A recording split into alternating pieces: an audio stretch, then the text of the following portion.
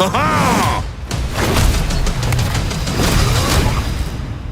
the fun is right here. Hello, I'm Axel Ridby, game director here at Rocksteady Studios. I'm Darius Sadigian, studio director at Rocksteady Studios. We're so excited to welcome you all to episode 2 of our ongoing series, Suicide Squad Insider. In our last episode, we gave you a look at our combat system that combines story, powerful traversal abilities, iconic melee attacks, and explosive gunplay to offer something truly unique. Hello, beautiful! We wanted to challenge ourselves. We wanted to expand and really push ourselves in terms of making something new and fresh. Light him up! When first introduced, the free-flow combat of Batman Arkham Asylum broke new ground and set a standard that is still popular today. In that spirit, the Rocksteady team decided to delve into new mechanics. If you're playing solo, you have the power to make combat in our game unique to you while making your way through our story campaign. If you decide to play co-op with friends, you can each become an expert with your playstyle and customize builds, creating a powerful squad unlike any other. Each person can offer a different benefit to the play experience. We're super excited to see those sort of team play, synergistic effects happen. You want a high five? Up high. In the Suicide Squad, the world, the narrative, all our features evolve through the lens of DC lore. Fans for the DC Universe are going to be really excited for this. Not only are we bringing characters back that we've used in the Arkham series, but we're introducing new ones. You can call me Colonel Rick Flag. We want players to feel like they explored the DC Universe with us, not just through the story, but also through the mechanics. No lasso? You gotta be kidding me. In this episode, we'll meet some of the iconic DC characters who will be helping our anti-heroes to take on their impossible mission. Awesome. Through conversations with our team, our voice cast, and our playtesters, along with extended gameplay, we'll give you a preview of some of the amazing new possibilities we're excited about with Suicide Squad Kill the Justice League. Wait, which superheroes did you say you were again? This is Suicide Squad Insider, Episode 2.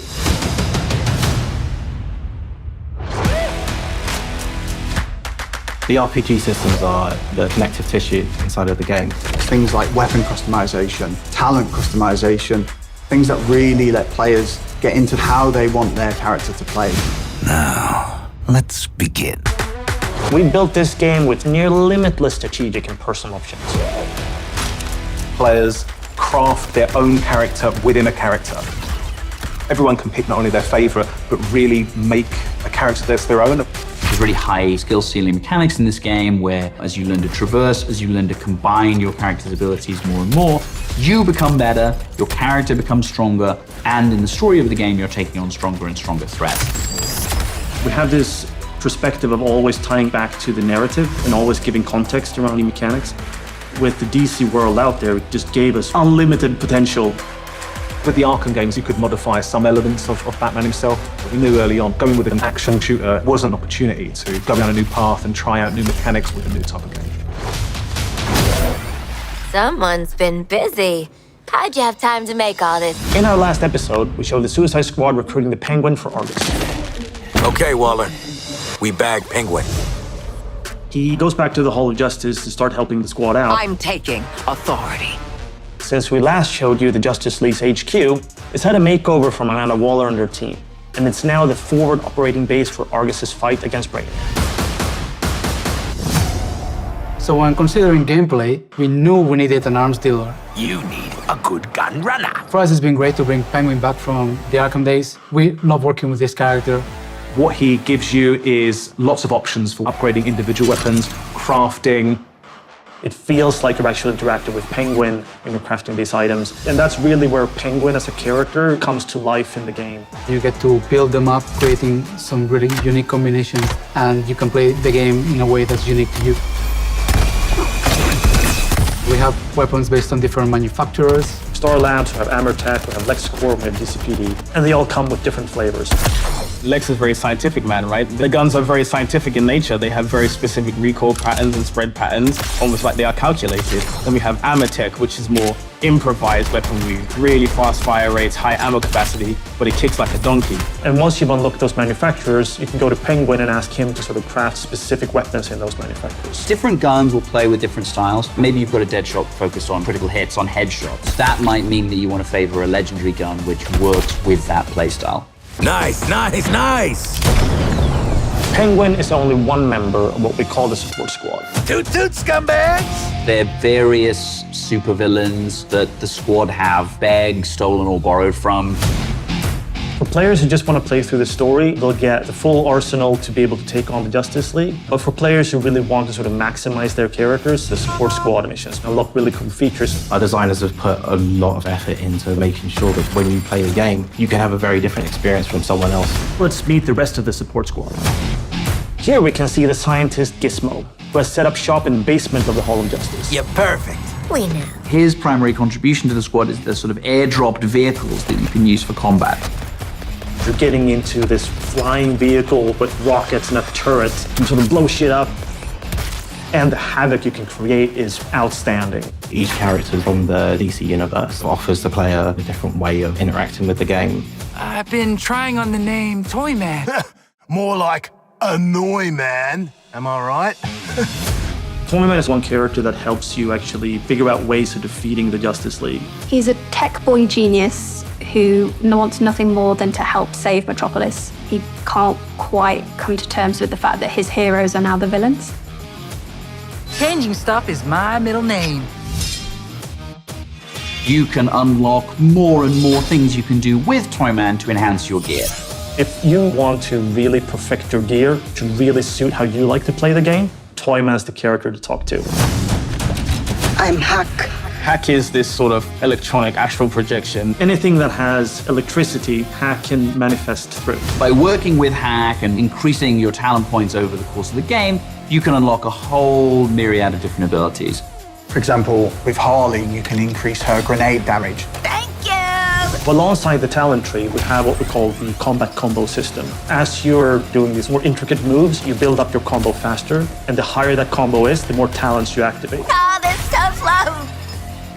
Hack also uses her abilities to literally hack Brainiac's comms, so you get to listen in on what the Justice League is talking about, and you also get to hear their sort of corrupted personalities and how different they are from the heroes you once knew. We have complete control, Brainiac. Now let's talk about one more member of our support squad. Another infamous DC villain that Director Waller once recruited.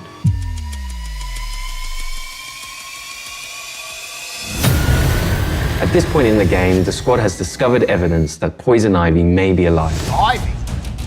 Poison Ivy?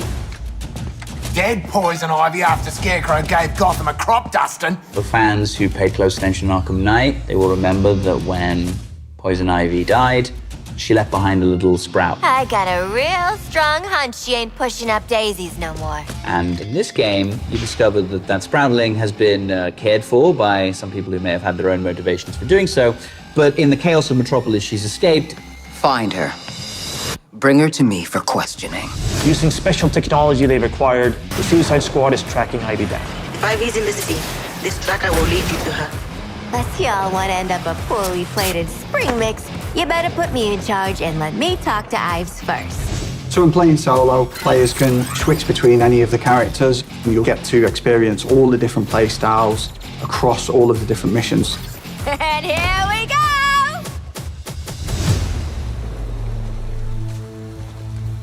So here she is.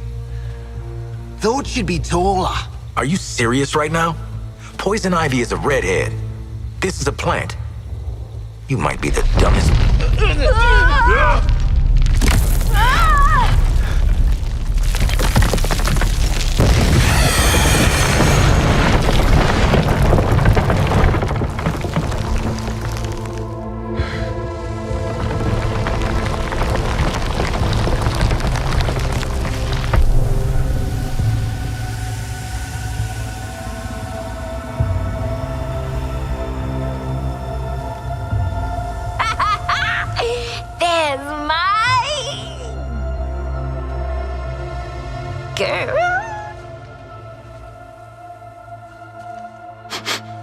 is not made of meat.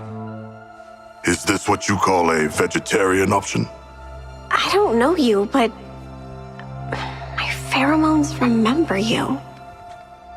Strange emotions. Tell me about it. Wasn't expecting you to come in fun size. You really don't know me? Harley and Ivy forever? In 10-story burning letters? Nope. Jeez, LexCorp really did a number on you, huh, Red? He dressed you up in that outfit, too? No. I took it. When I broke out. He shut me in a room in his tower. If I worked on the things he wanted, I got a whole hour of sunlight every day. What did he want? Weapons, making them more effective against the alien invaders. You know, they're very susceptible to plant toxins. And, I know all about plant toxins. We know. That's why they call you Poison Ivy. It's just Ivy, weirdo. Where's Lex now? I don't know. Something spooked him, I guess. He got in his big robot suit and stomped off. Ooh, I know that look. Who you murdering? The corrupted things that are coming. All of them. They're poisoning the earth with their gross bodies. So I lured them here.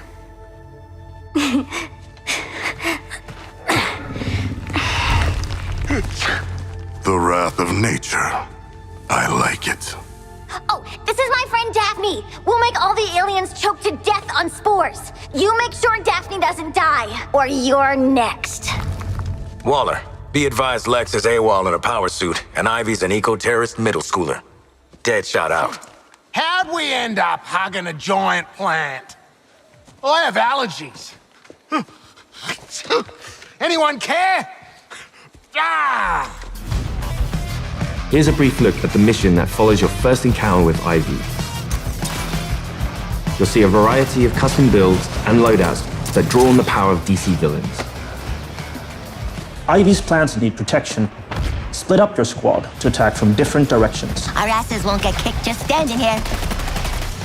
Now go defend! Combat in this game revolves around 3 core pillars: traversal, gunplay, and melee.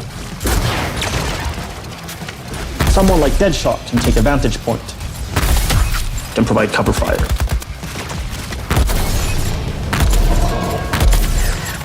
You can find wild ways to upgrade your melee attacks. With the Great Suspender, a single boomerang can launch several enemies off the ground. A job worth doing right! Harley's gun is from the Bane's Rage set. Landing a critical hit spawns a power-up that can infuse other weapons like grenades with Bane's Rage, making them more powerful. Get the invaders off Daphne! Quickly! Those aliens pollute everything! King Shark's loadout here includes Black Mask's Bulletstorm and the Heatwave's Molten Shield to synergize. He has triggered the Bulletstorm effect, which means that he's now immune from damage thanks to the Heatwave's Molten Shield, making this a perfect opportunity to get in close. Savor it! This mission is where we introduce afflictions, elemental attacks from Ivy's plans that draw on the powers of different DC villains. Use an affliction to freeze your enemies before you deliver an explosive finale. Task Force X, report. Have you secured Ivy? Yeah, kind of a funny story. Although she doesn't remember her old life, Ivy is still a deadly expert with toxins, and she can offer your builds an interesting new feature: afflictions. The results are so neat. When you manage to recruit her, she comes back to the Hall of Justice as kind of like a loose cannon, precocious toddler who also has terrifying genetic engineering powers. Then we introduce the concept of afflictions. Players can apply these afflictions to their melee weapons, their grenades, so they can mix and match different things for the encounter. And each affliction ties back to a DC character. So we have 4 afflictions. Diablo Blaze sets people on fire, burns them over time. But you can't shield harvest them. We have Deep Freeze, freezes people. You can shatter them with your guns, but they are pretty resistant to melee damage. They won't drop ammo when they die. At any point, you can have up to 2 different elemental afflictions, then add in the 3 other players. So what you've got there is lots of different ways to engage with enemies. Your fight is far from over. So at Rocksteady, what we sort of pride ourselves on is investigating how players play. Do they get the language that we're trying to create? We had an amazing opportunity to get a group of proper gamers from the community involved in the development process pretty early. Some of the characters, the mission types during the story, I'd definitely say this has got a Rocksteady stamp on it. The experience of Suicide Squad Kill the Justice League is really fluid, really smooth, it feels really polished. It's chaos, but in a good way. It's very fast and very momentum-based. And I think there's a lot of verticality to it. No other game that makes you feel so free and powerful. Yes! You also have this deep building of your character with a more superhero twist. For example, I kind of gravitated towards Dead Shark because I'm a big fan of shooting guns and big crit builds. You can use the juggling mechanic to get 100% crit chance, and then from there, do big damage.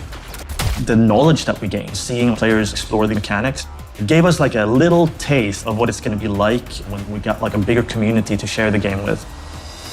Now listen, how about a team up? When the studio made the Arkham series, we were very much focused on single character, single perspective.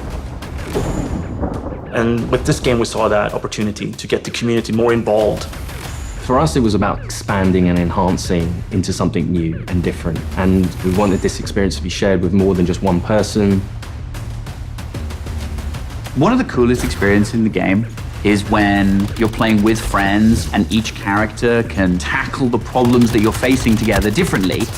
You are learning how to overcome challenges together. All these characters are geared up to be able to complement each other. Because each of them is moving differently, sometimes another character might come in from a direction you don't expect. You can create unintentional cinematic moments with your friends. When you really are in sync with your squad, it's such a special feeling, and I think something I haven't experienced in any other game. Multiplayer is new for the studio, but it's super exciting because we get to see Rocksteady hallmarks of a story-driven game, but from multiple perspectives. And getting to share that with your friends is pretty unique. We hope you enjoyed episode 2 of Suicide Squad Insider. Phew, I need a smoke. I need more therapy. In our next episode, we'll take a look at what you can expect from our game after launch. This is the biggest cinematic experience that Rocksteady has ever created, with more hours of cinematic cutscenes than ever before. But I think we leave the setting of our story open enough that for post-launch content, players will be excited to come back and find out what we're going to do next. You, want to talk about it? Know what, Quinn? I do. I don't think players are ready for the new playable characters they're going to get, or even the places they're going to get to take them. This game is much bigger than the world of the Suicide Squad. Rocksteady will continue to build on the story. We're delivering you a full game, but for those that want to go further, we're going to have lots of new updates that are free to our players, and we really want to engage with our community to give them new experiences regularly. At the end of the game, everyone goes, wow, this was a hell of a ride. Let's play again.